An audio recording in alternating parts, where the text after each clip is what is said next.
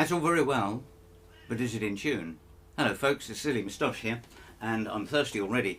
I expect all of you tend to travel around with 4 digital tuners, hello cat, on your guitar headstock. Well, I'm only doing it for the sake of this video, and because I want to talk about tuners. This was my first one. Tuning fork, A440, that was it. And I know at least one professional that will only use that and nothing else. And then, the first of the clip-on tuners that I'm aware of was the IntelliTouch. Banjo player friend of mine bought this back from the States, and I think he, well, I don't know how much it cost him, but he charged me £60 for it. Then something remarkable came out called the Sabine tuner. There we are. And this wasn't a clip-on, it was a stick-on, and it had this sticky thing. So you licked that, or you made it wet or something, then you stuck it to the top of your guitar, or the end. No, not a great idea, and yes, it did spoil the finish on my first Collins guitar in '99. Then there was something called the IntelliTuner, Chromatic Tuner, IMT 500. There we go. This is pretty good. It's pretty easy to read in most lights, but it is very lazy. Oh, E, you want a, it's a little bit flat, but it does read off in cents as well. But it doesn't like bass strings. What? Bass string? You want me to tune to the bass E? Do you? I don't know. No, I can't really be bothered. Oh, that you mean? Yes, yeah, that's a bit flat. Oh, all right then. Thank you very much. The audience gone home by now. But I keep one of these in my pick boxes for each guitar, just in case my other tuners, like the Dario and Planet Wave little clip-ons that I shall come back to in a moment, fail for some reason. Then we got into the age of the Snark tuner. Quite impressed with the idea of that. Seems accurate. It's got a gauged reading, so you can tell cents and things like that. If you can read it. Very, very, very dull. Even with brand new batteries, always very dull. I ordered 3 of these to go off to Bluegrass camp, with one on a mandolin, one on a dobro, and one on my guitar, and I came back with 1. The other 2 got broken within the week. The fault is the swan neck with 2 ball and sockets. Just simply don't stand up to rigorous use, especially banjo headstocks. And then, coming back to these, we went to the age of, first of all, the Planet Waves. Is this on? Is this mic on? This one, which was quite compact, and then they modified it and made it like this. Now, I like the original ones because I have a lot of slotted headstock guitars, and this is better on those. Trouble is, the little spline, the ratchet arrangement gets worn quickly, hence a little bit of rubber on there to extend its life a little bit. The later one seems a bit better at the moment. I mean, none of these will last forever, of course. They tell me it's the same mechanism, same little circuit and everything inside, and they're fairly accurate. And I've got one of these on here to compare with these 3 tuners. This one is a TC Electronics Unitune, not a polytune, can't see the point in a polytune, and a Korg PC2 Pitchclp that I bought because I couldn't find another Unitune, and this is a Peterson Stroboclip. Now, these are the Korg Pitchclp. I thought Korg's a pretty good name, that will be okay. Let's talk about that first. Is it on? No, it's decided to switch itself off, which means you've got to pick it up and you've got to squeeze that there. There you go.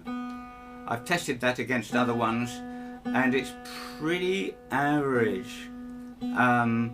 This is reading a cent flat and it's saying it's okay. So it's got quite a wide tolerance. it's stuck at A440s, no adjustment for that, there's no other adjustment. It's readable in light, but a bit vague. So for £21 to £22, fair. I bought my TC Electronics, my TC Electronic Unitune, I'm amazed to find out, in 2018, which is 2 years ago.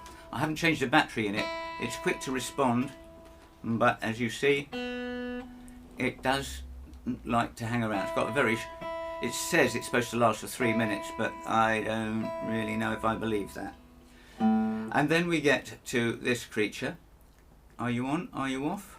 You're on. Now, it's fairly bright inside type light at the moment, but I thought this is going to be useless in the sunlight. I have to say that it's very easily readable in sunlight, and I think it's okay in the dark. I haven't quite tested it in the dark yet, but it is so complicated.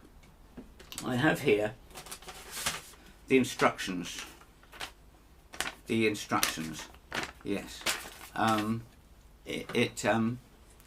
It's printed in font 0.25 or something, and so it tells me all the details. It also tells me that I've got to learn how to use it, which is interesting. If you are new to strobe tuners, you will notice that they are much more sensitive and accurate than your previous tuner. It's okay if the strobe image doesn't completely stop. It may shift slightly due to the real-time speed of a strobe tuner. If you play a stringed instrument, it helps you use your finger and thumb to gently pluck the string instead of a plectrum. Blah blah blah. Okay, fine. What it does have is lots and lots of different modes.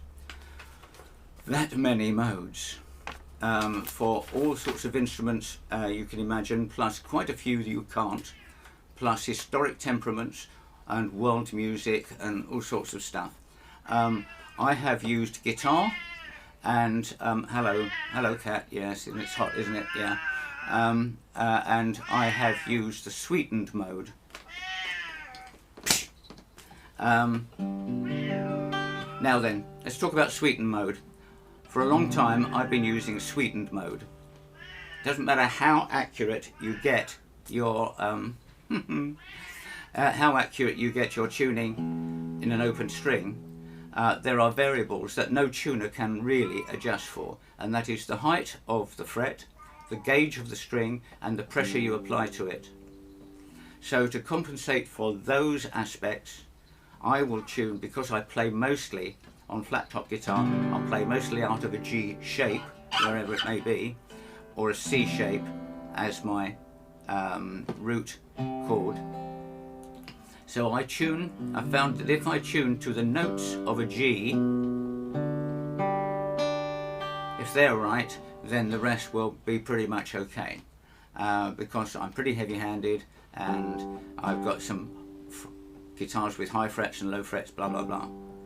Right, so apparently this does this for you. So you can still play it open, and it will sweeten that and think, okay, well, B's always sound a bit sharp on the C and things like that.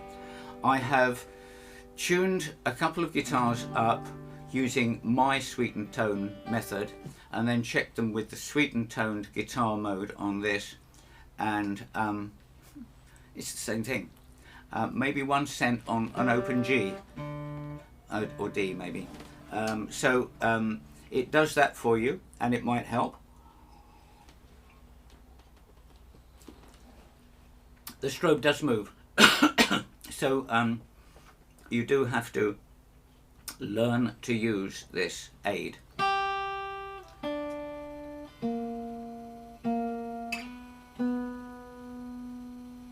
And I think it's getting a little bit easier for me to learn as I'm getting used to it.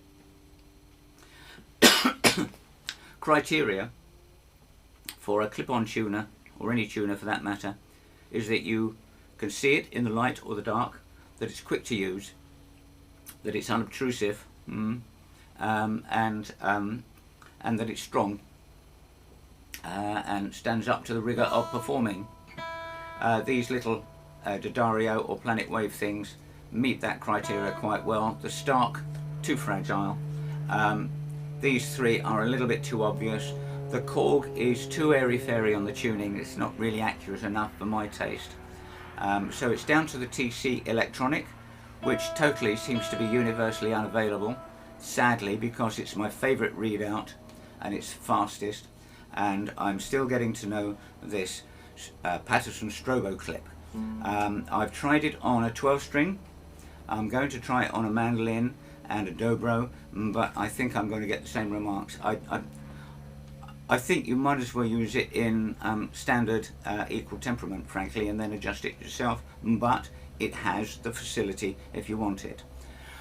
Talking about daylight, this seems a little bit dull, that reading, to me at the moment in here, but it's okay. I've just taken it out into very bright sunlight, and it is remarkably easy to read in sunlight, which is a good thing when you're at your next festival or whatever. I haven't tested it in completely in the dark, but I've got a feeling it's going to be okay with that. But you'll have to get a degree in using to learn it first. It will change the frequency response, whatever you want to call it, and it'll do everything apart from iron shirts. The pitch clip, you switch it on or off. The Paterson, you can adjust the reference tone, that's the term for it, A440, A39, whatever, as you can with the small D'Addario and Planet Wave things. One thing I should say about Planet Waves, they've now got a Mark III out on this, which gives you colour, that's nice, and they're about 15 to 19 pounds. Korg Pitchclp, 21 to 22 pounds. I won't be buying another one of those. So there you are. That's a very quick cross-section of some of the many guitar tuners that are around. And I'm going to investigate, narrow this down, and then do another video, maybe just of the clip, the Stroboclip and the TC Electronics. Where have you gone, TC Electronics? They're a great tuner, just not available. Anyway, that's it from me. If you have been, thanks for watching, and keep tuned up and keep cool. Bye.